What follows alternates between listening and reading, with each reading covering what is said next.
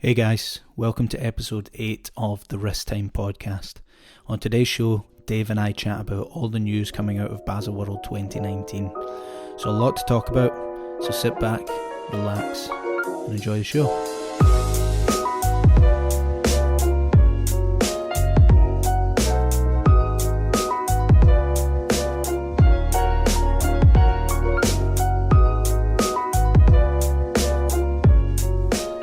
Hello. It's that time again. What's been happening? Well, not much, just chilling. So It was a really laid back start. It was really laid back. I still feel like shit. I've not woken up yet. It's currently 11:21. On a Monday, it's not too early to have a whiskey, is it? Well, I'm working, so yes. So this is going to be a quick one because you're working in an hour? Yeah, something like that. Yeah. So yeah, we're back for episode 8, and we thought we'd chat Baselworld 2019. The flop it was. No, that was a joke. Well, before we get into that, let's do a wristwatch check. What are you wearing? So I'm wearing my kind of latest acquisition, which was again a really impulse buy, but I wasn't drunk this time, which was good. So so I'm wearing my new Longines Heritage Military Officer's watch, which is absolutely sick. Like, I love this watch so much. Like, I've only had it for about 2 weeks, a week and a half, a week, something like that.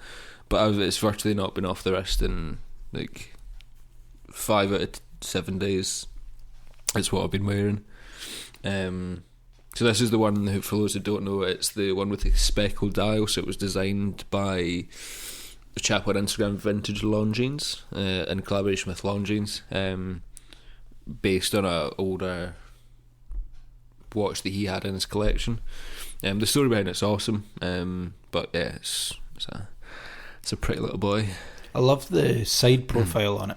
Yeah, the way the lugs just sharply the curve turn on down. is amazing. Yeah, it's really nice. Because when you compare it to the original that it's based on, like, it's so similar. They've absolutely nailed the dial. They've nailed the hands. It is the more modern size. I think the original one is probably like a 32 or 33 mil or something, but this is 38.5. Imagine they did that in a 36 or 37 mil size. Yeah, that'd be sick. I think it would be perfect. Yeah. I mean, it wears alright to me because I've got slightly bigger wrists than you. But yeah, I love it. Like, it's a good, it's the size is fine. Yeah, there's nothing wrong with the commercially size. It's a good size. I just think it would have a wee bit more charm if it was slightly smaller. But I think that about a lot of watches, and I think it's just about current, most watches. Yeah. I think it would have a bit more charm as well. If I was saying to you just before we started, if it was manual wind. I know that's one thing that Vintage Longines chap did kind of want to have in it, because I think it would make the whole watch a little bit more kind of like romantic.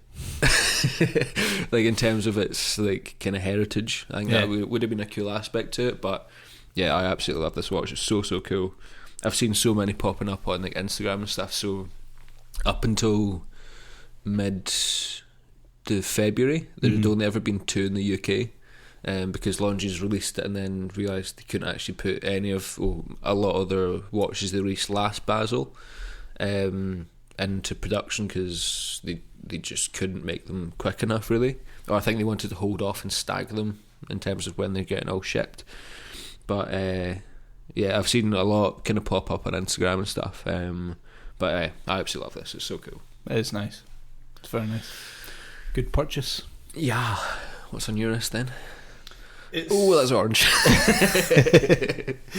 Brighter than the fucking sun. Another reissue. I'm wearing the Doxa Sub 300 Professional. I mean, everyone else knows how much I love this watch. Yeah. It's just... That bracelet's so nice. Yeah. Beads of rice. It's just... it's so good. It's so unique, so different. It's... I don't know, it's just everything about it.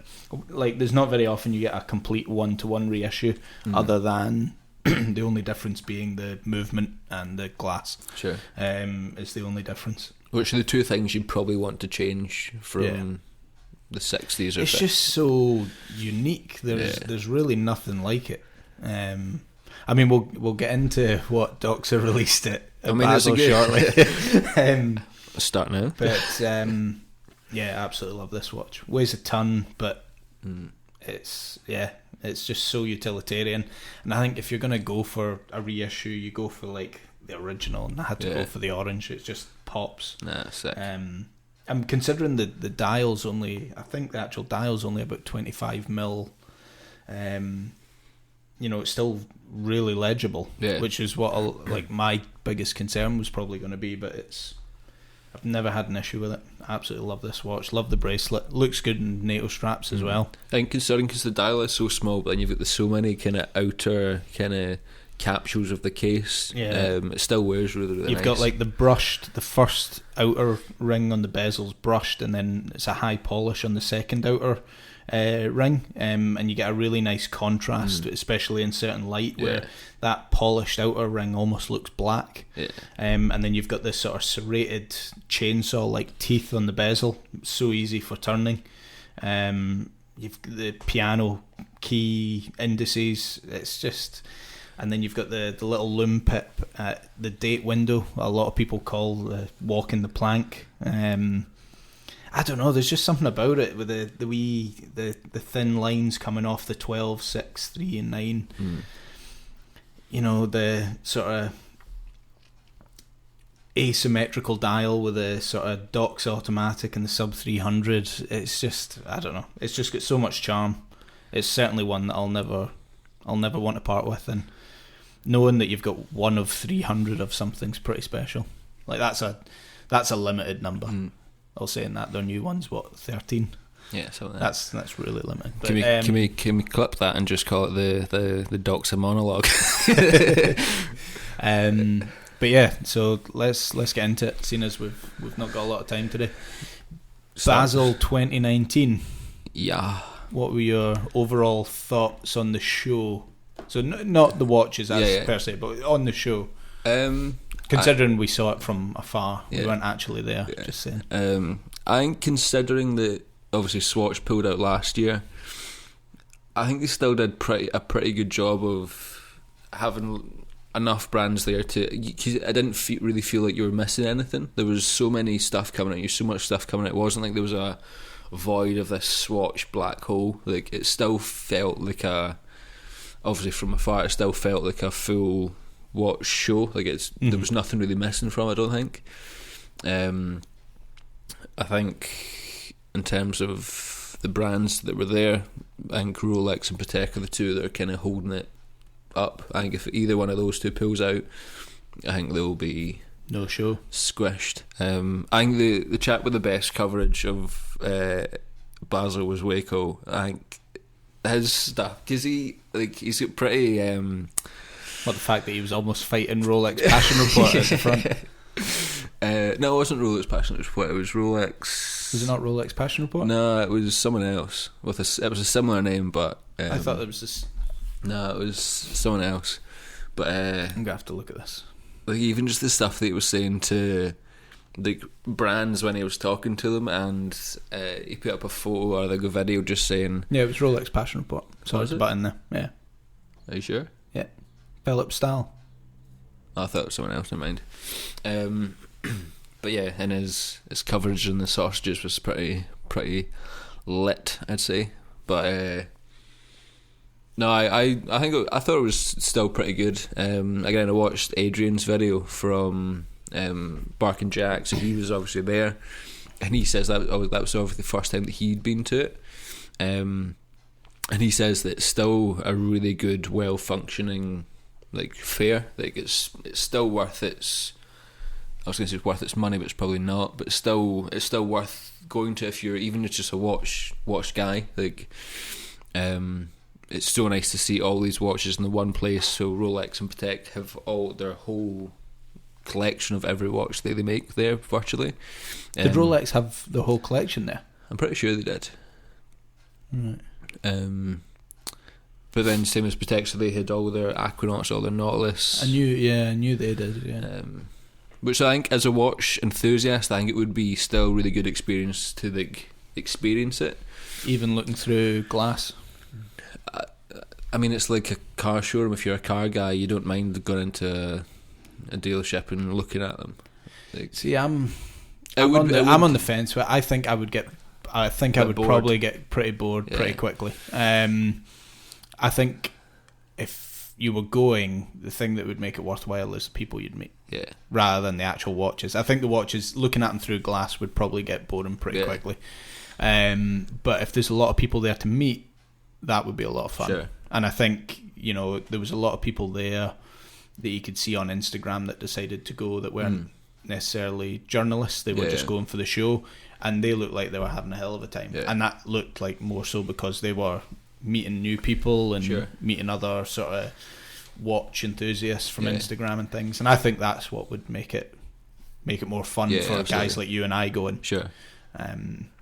But like you says, it's not very often you would be able to see all of Patek's watches in one place. But you just need to look at their window for 10 minutes, and then unless you're getting hands on, I think that side of it might get quite boring. So I think that the experience, you would obviously want to get appointments and see the watches in the flesh as much as you could, but I think it would be pretty hard. Like, it would be really hard. Is there not like a sort of application process for getting a press pass? It wouldn't surprise me if there was.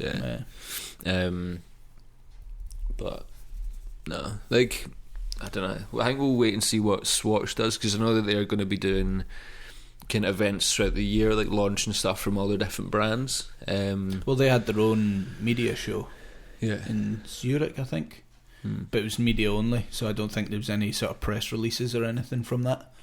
But I think the thing for Basel with me, I like the idea of going and meeting loads of people and getting everyone in one place once a year, and more so, rather than the commercial side of it, just celebrate Swiss watchmaking and Japanese watchmaking whatever, in general, micro brands and things. I think that idea of it is better. It'd be a shame to see it disappear. I don't know how it can continue to be a commercial success in this digital day and age, but if they can run it in a way that sort of more so celebrates watchmaking rather than the commercial side of it, I don't think Swatch will lose out from not being there.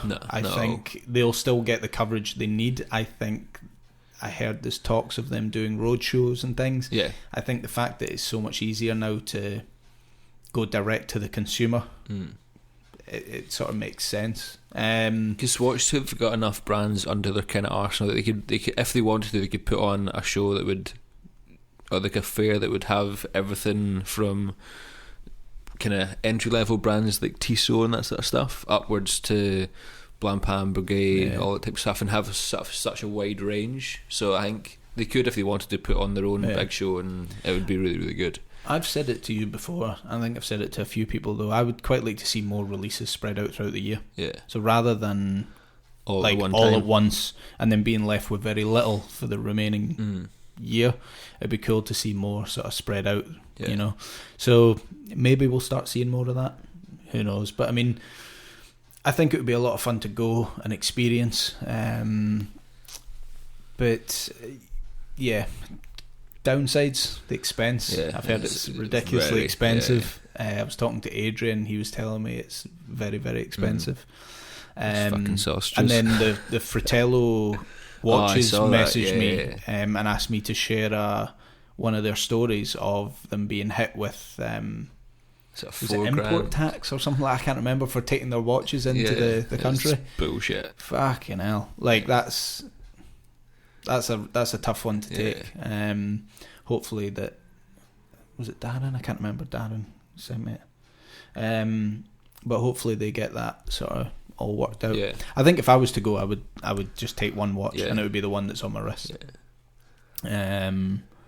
But who's the guy that has the coat while the watch is like sewn into the coat? Do you see that guy? I have no idea. No. There's a guy there, and I only just started following him on Instagram. The first I'd ever heard of him, and he had all his watches sort of sewn into his jacket.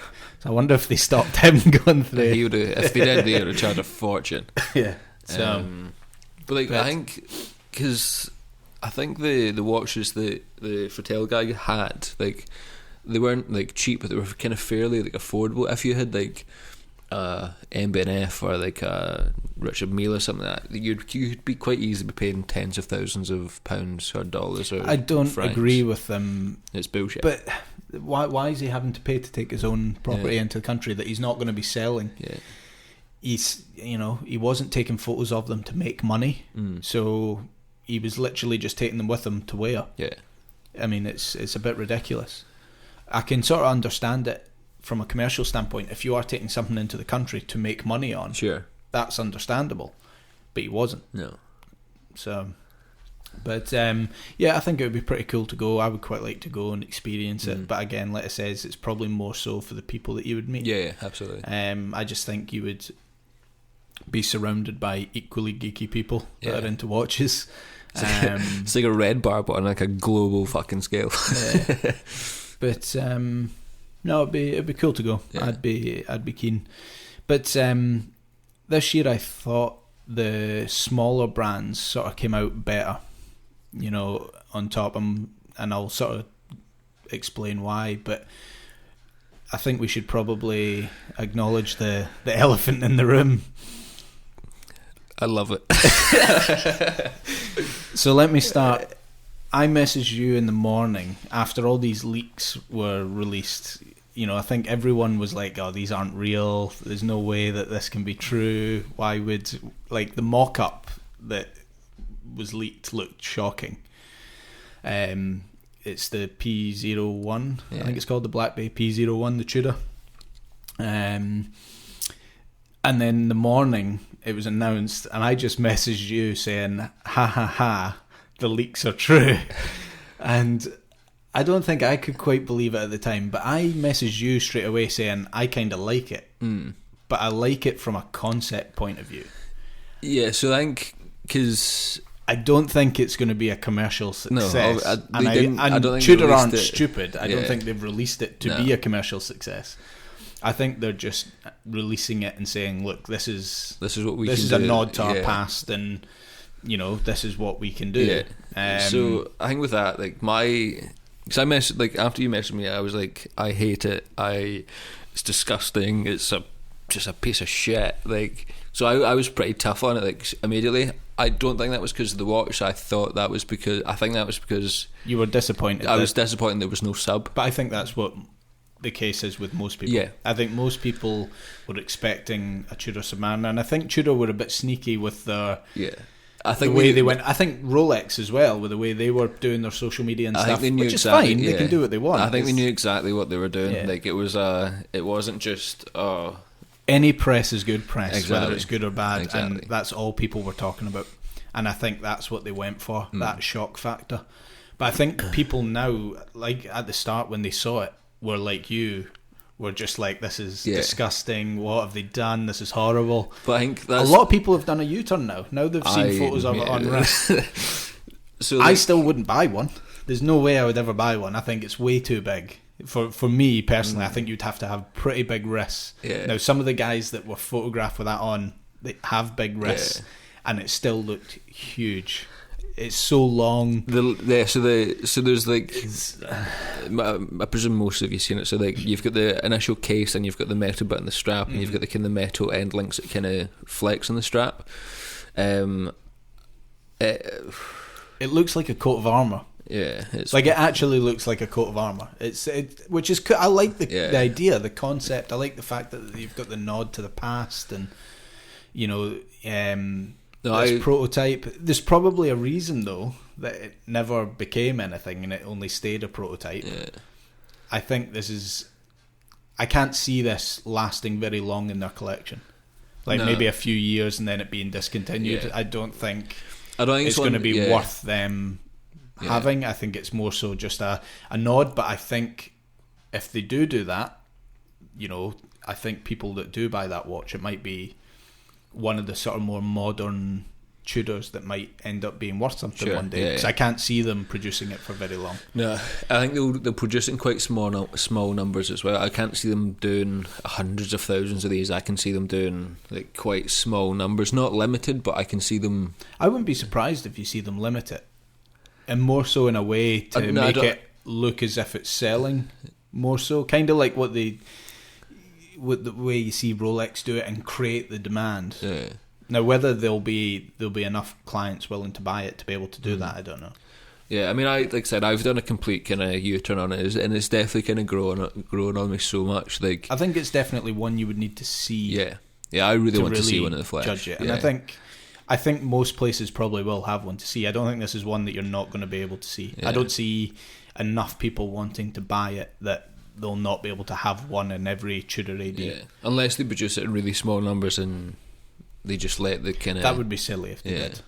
Because I think it's the sort of watch that they'll need people to see before they buy it. Yeah. And I think, if they were smart, I think having at least one in every Tudor AD, at least in the window for people to see and look at, is probably the best way they're going to be able to shift them. Yeah.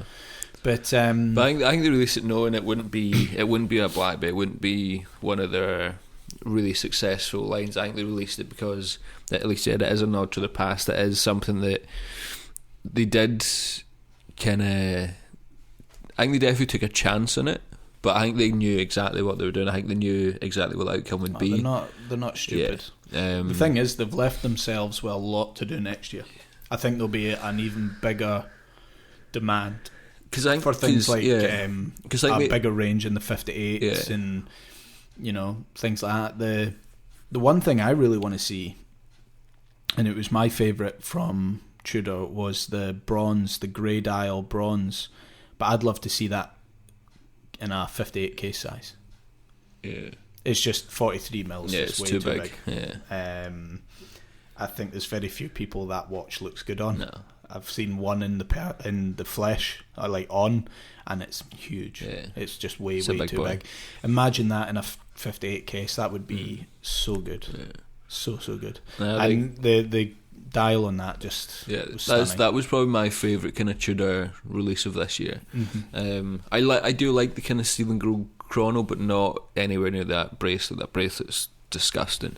Like, I think it looks really good in the leather strapping. It looks really good in the bund as well. And apparently they've moved, I don't know what it is, but they've made the rehot look smaller.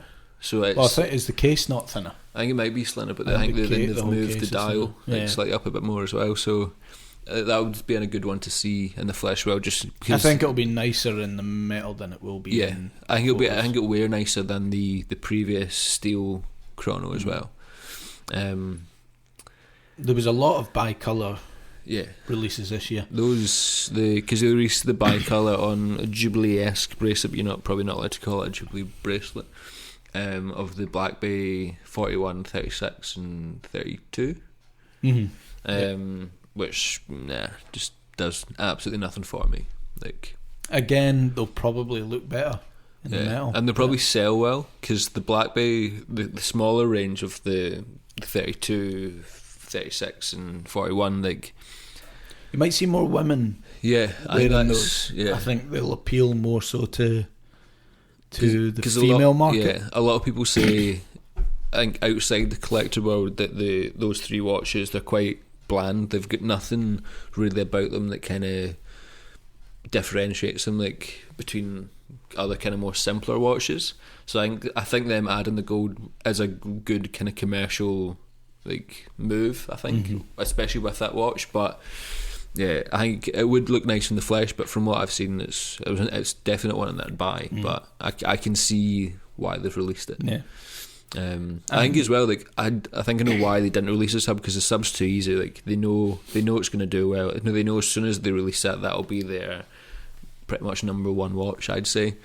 I think because they know they've got that in the bag to release at some point, or if they ever do release it. So I think that's why they're having a bit more fun in terms of the PO1 and that type of stuff, doing that first. Because I think they're in no hurry to release a sub, because they know whenever they release it, it's going to be a success. Yeah, I don't think they necessarily want to be known to bow down to just what everyone wants. Sure, I think they want to pave their own way. And I think if you just start releasing everything that everyone wants, then where's the innovation? And the sort of desire to move forward rather than keep looking back. Because at the minute it does seem like everything seems to be like a reissue or a nod to the past of some sort with all brands at the minute, apart from Tudor and Rolex. Well, apart obviously from the PO, like the PO1, but Rolex more so. But let's go on to Rolex. Bit of a mixed bag.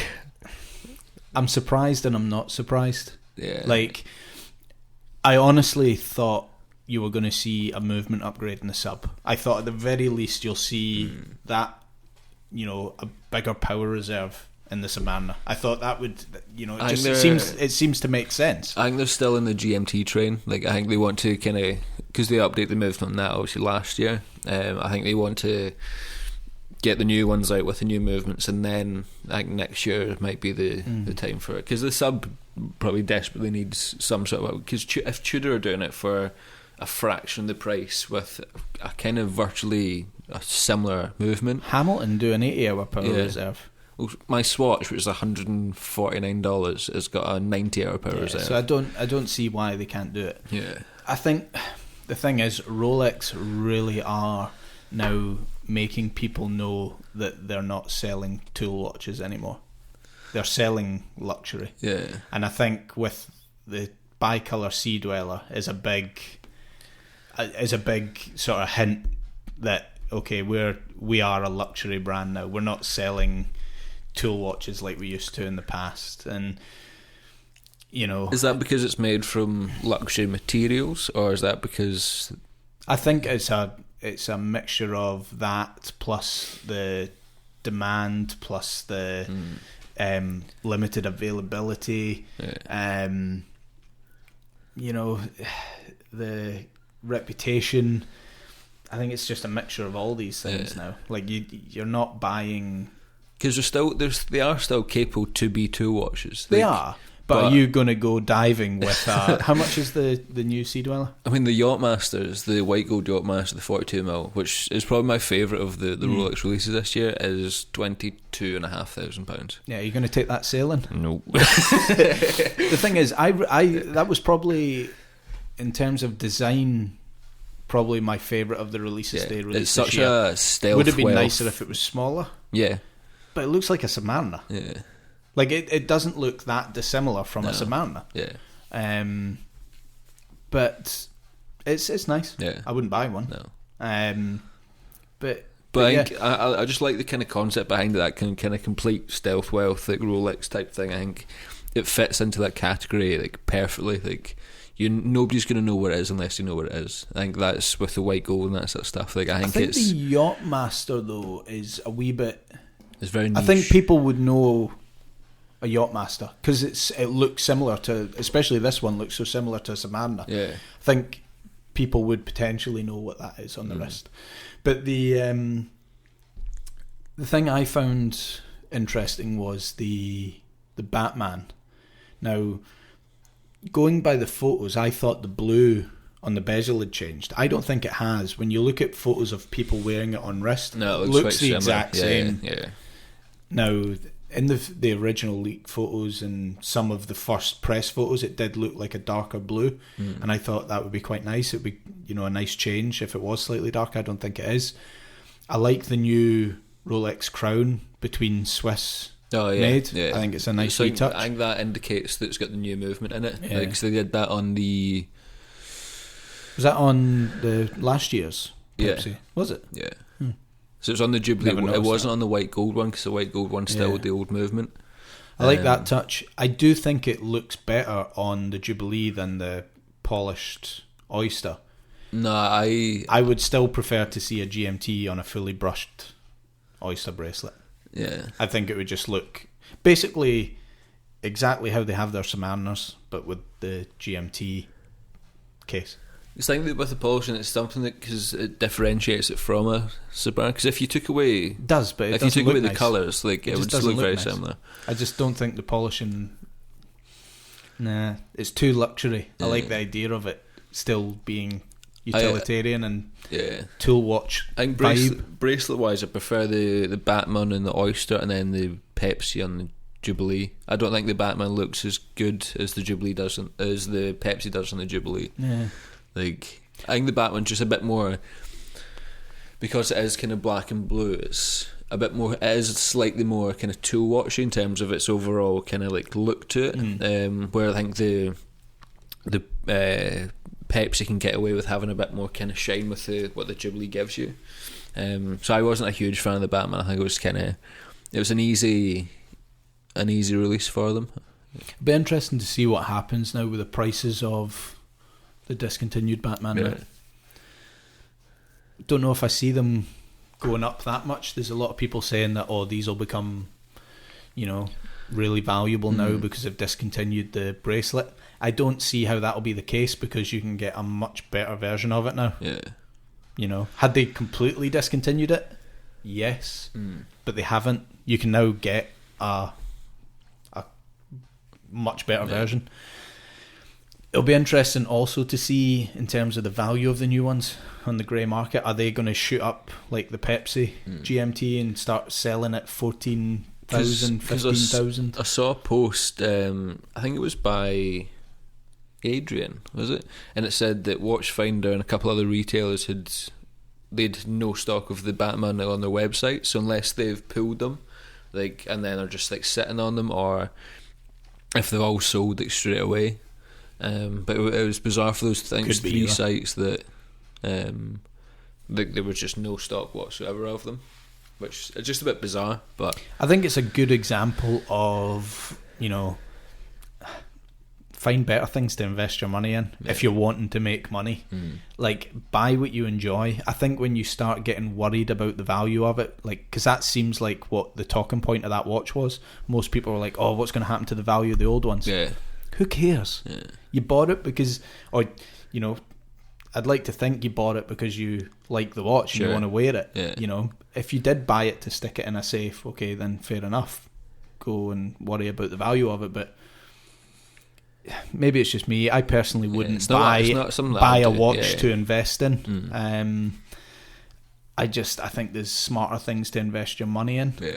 Yes, you might make some quick money, but it's in the long run, it's not that much that you couldn't if you can afford to buy a Batman in the first place, you could probably save up and the difference that you would make by selling it on in a quick turnaround. You might make a lot of money if you hold on to it for 20, 30, 40 years, but I think most people now are looking to flip them quickly to make a quick buck. And I think that sort of takes the fun out of actually wearing and enjoying the watch for what it was made to do. And I think that's the side of where I completely see what ADs are doing by kind of almost vetting who they sell the watches to. So with building up a relationship with an AD, or so they know who it's going to, so they know it's just not going to be flipped straight away. It's actually going to be worn and used and enjoyed. And obviously that adds waiting lists, it adds kind of frustration to people who just want to go and buy a sub or buy a GMT, but they can't get one. But I kind of see why they're doing it. I kind of see why they're holding back the warranties as well. Both are frustrating, but like I said, I can. But at the same time, they're partly to blame for the increase in value by limiting stock. Well, I wouldn't say that's AD. I'd probably say that's Rolex. Not AD, sorry. Yeah, Rolex. Sorry. Yeah, that's what I meant. There's no reason why they can't fulfill stock. Yeah. There's Rolex make tens of thousands of watches a year. Far more people could have those watches. Yeah. But obviously, they want to make money and create demand, which is fine. But you can't really be annoyed then at the value of the grey market prices when it's really because of that demand that you've created that's caused the prices to shoot up the way they are. So it's kind of almost hypocritical in a way. Yeah. Kind of. But although, back to the kind of the watch, so my favourite, you're going to hate me, my favourite release from Rolex this year, apart from the that was kind of like a sensible release, Meteorite. No, the Day-Date, the green. No, the all diamond one. I love that watch. It's got the rainbow. The Tiger. No, that's the Daytona.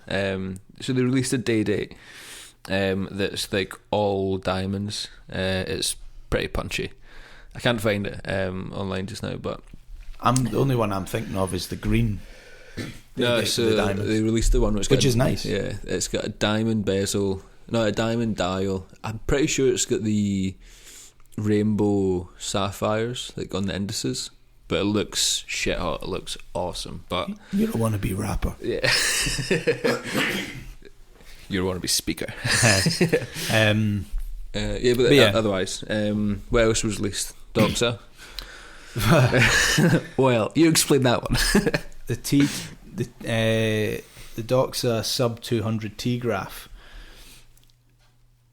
I'm digging all gold watches at the minute, and I think it looks kind of cool. I think it would have looked even better had it have been with the Shark Hunter dial, the black face. I just think black and gold works. It's just more appealing. The orange and gold doesn't do it for me. Yeah, it doesn't really work for me. It's an odd one for what Docs have done. It'll be interesting to know if they've got 13, because they've done this one a limited batch of 13. I was listening to Hadinky's podcast, and they were saying it's because it's reissued movements they've used. So they've got the older movements, refurbed them basically, and put them in these watches. And that's why it's only 13. They couldn't fulfill the original 600. I think they did 3. Was it 900 or 200 of each? I think. Okay. Of the Shark Hunter Professional and so on. Yeah. It'll be interesting to see if they sell them. $70,000, $70,000. Pretty punchy. It's interesting, but I mean, since when have Doxa made this much noise? Yeah. So it's like Tudor. Yeah. Any press is good press, and if it gets their name out there, then so be it. I think Doxa are great. Yeah. I think, why not do it if they've got 13 people willing to buy them? Do it. Exactly. It's not as if they've discontinued everything else and just doing that. Yeah. It's not. So I don't think it's going to do them anything bad. That was all I saw released from them. I don't think I saw anything else. Well, they released. The 130 year anniversary. Yeah, I saw that as well. Looks all right. Didn't they release new divers as well that are more kind of modern? If they have, I've not seen them yet. They're really nice, actually. I've only seen the limited. The limited. Are they limited to the 130 year batch? Pause with that. Yeah. We'll cut that. But no, the sub 200, pretty cool. I bet that thing weighs a ton. I mean, my sub 300 is a hefty watch, but imagine that in all gold. Because I'm just trying to find it. Because I'm sure they released kind of more modern-y looking diver watches. Maybe they have. Should we just anyway? Whilst you're looking for that, what else did we see? Grand Seiko, I thought did very well. I thought their new manual wind spring drives look awesome. The also as well, really interesting. They've really upped their prices in a lot of their high end. I mean, their new platinum spring drive is $70,000. Oh, really? $70,000. I think that's where Grand Seiko need to be careful. If they start increasing prices across the entire range quite considerably, yeah, because I think a lot of their fan base is based on that sort of value for money sort of aspect. So, you're getting so much watch for such a great value. Yeah. If you start bumping them prices up quite considerably, I think you potentially could lose a lot of your sort of returning client base. Yeah. That's the thing for Grand Seiko. They are, without a doubt, currently, I think, the best value for money watches you can buy. Yeah. In terms of what you're getting. The finishing on them. Yeah, the stunning. finishing's mad. The new Prospect line is quite interesting with the spring drive movements. There's some beastie watches. The Land, Air and Sea collection. So it was quite cool. It was good to see them sort of push the boundaries on what they're doing and things like that. The winners for me overall for the show though, I think, were probably Zodiac with their aerospace. Yeah. GMT, I thought that was a really cool watch. And Oris. Now, Oris didn't, I don't think, they didn't bring anything like revolutionary to the table. Sure. But they added some pretty cool new SKUs. Yeah. The Clean Ocean Aquis, I thought was awesome. No, I think really the colour nice. scheme on Yeah. that looks ace. I love the look of the new bimetal Diver 65. Oh, the steel and bronze one. The steel and bronze. I think when that patinas, that'll look awesome. Yeah, 'cause I was think thinking, it'll look really, really nice. I think the watch will look good. I don't know how a patinaed bracelet would look. Like I just can't see it. I don't know. I think it'll. One, I've seen photos of it on the strap. It looks good on the strap as well. Yeah. If you're going to buy the bracelet, if you're going to buy the watch, sorry, just get it on the bracelet. Yeah, It's easy change enough the to swap strap. the strap Yeah, out sure. anyway. But I think, when you look at photos now on Instagram and things of the Carl Brashear bronze that they did, when you see how some people's versions of that have patinaed, Yeah. it looks so much better than when it does fresh out the box. Sure. And I think I think that it's one, watch again, will look ace. I think it's once one of those things you patina. need to see. Like, it would be, it would definitely be interesting to see how the bracelet would, because I don't think any kind of big brand has ever done a bronze a bracelet. bronze bracelet. I don't think they have. I think Oris are the first. I just wish they did it in a 36mm size. I love the Diver 65 and 36mm. It's such a charming, proper modern interpretation of an older vintage watch. Yeah. It's just got that smaller charm on the wrist. I really like it. Yeah. So 39mm, it's not massive. It's perfectly good size. It's I think it'll wear great. It would just have been nice to have seen a 36mm. Yeah. Are you still hunting for this Doxa? Yeah. I'm just kind of looking through the releases just to remind myself, because there was genuinely so much. Yeah. Those Zeniths were pretty cool. I kind of hate to say it, but those tags were actually quite nice. The Octavius. Yeah, they're alright. Although there's a lot of people are unsure about them. It's quite a brand that I think in the watch world they don't get enough credit as Bulgari. I love those Octo Felicimo watches they do. I think they're absolutely sick.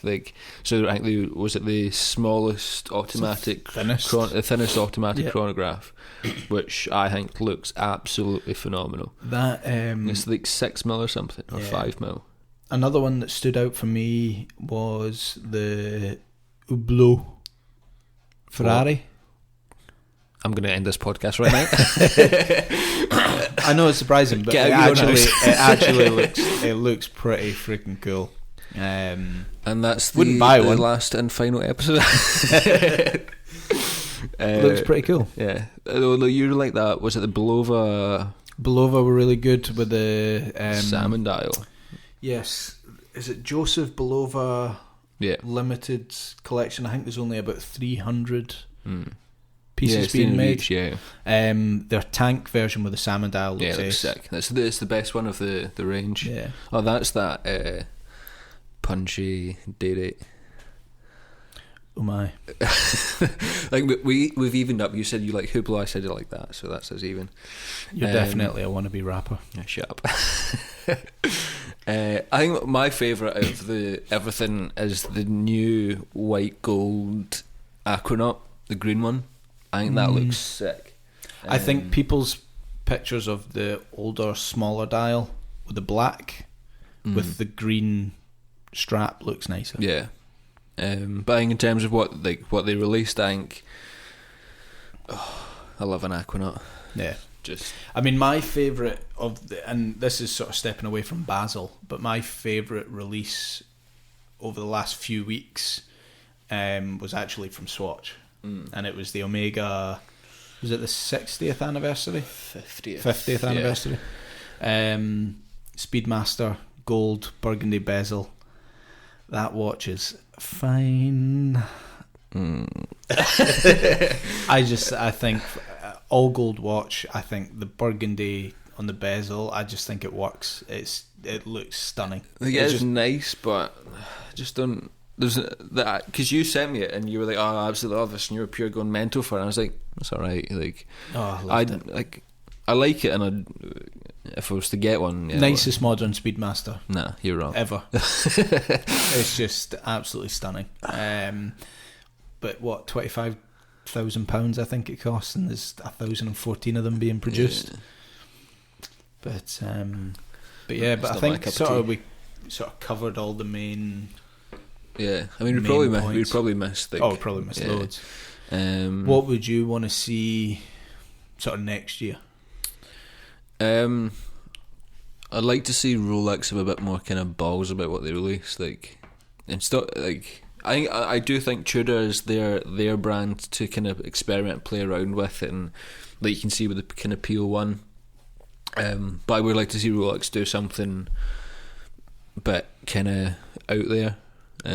Either something that's reflecting, because I saw mock-ups of the updated Milgauss with a rotatable bezel. I think that would be sick. I think that'd be amazing.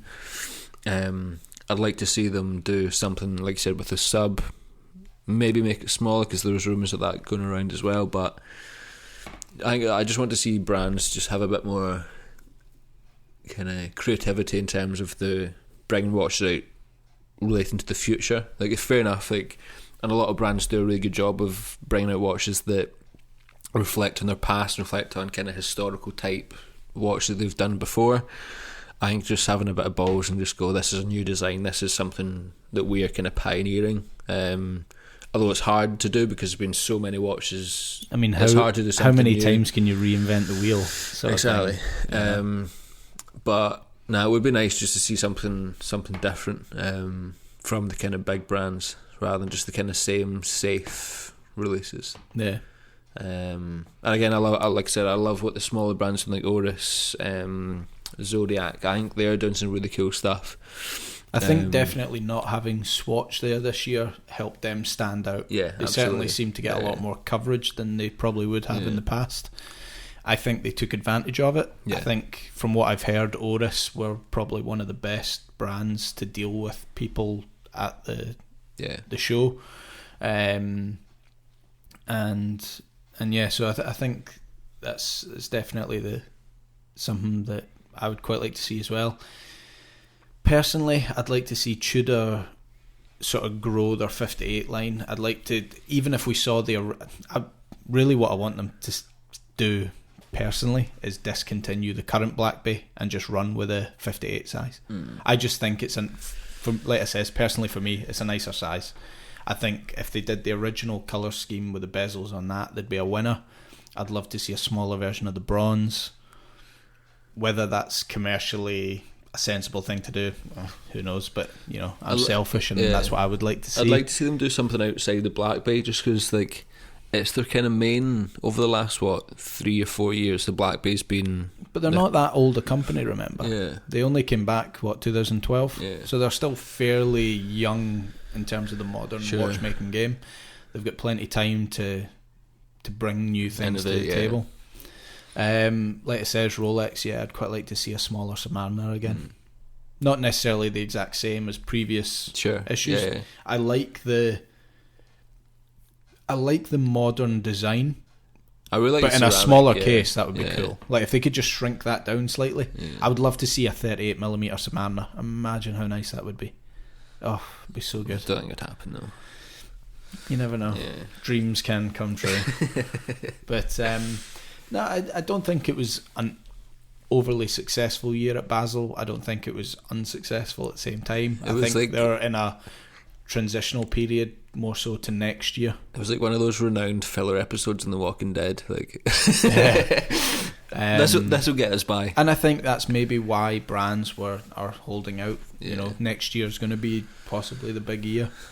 So you never know. We'll wait and see. But overall, I'd quite like to see more releases spread throughout the year rather than just all at once. Because it sort of leaves you with nothing to look forward to.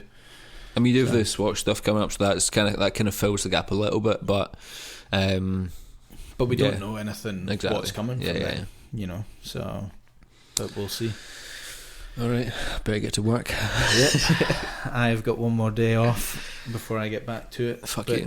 Yeah, thank you to everyone for listening. Thank you very much. We will check you on episode 9. Yep. See you later. Ciao, ciao.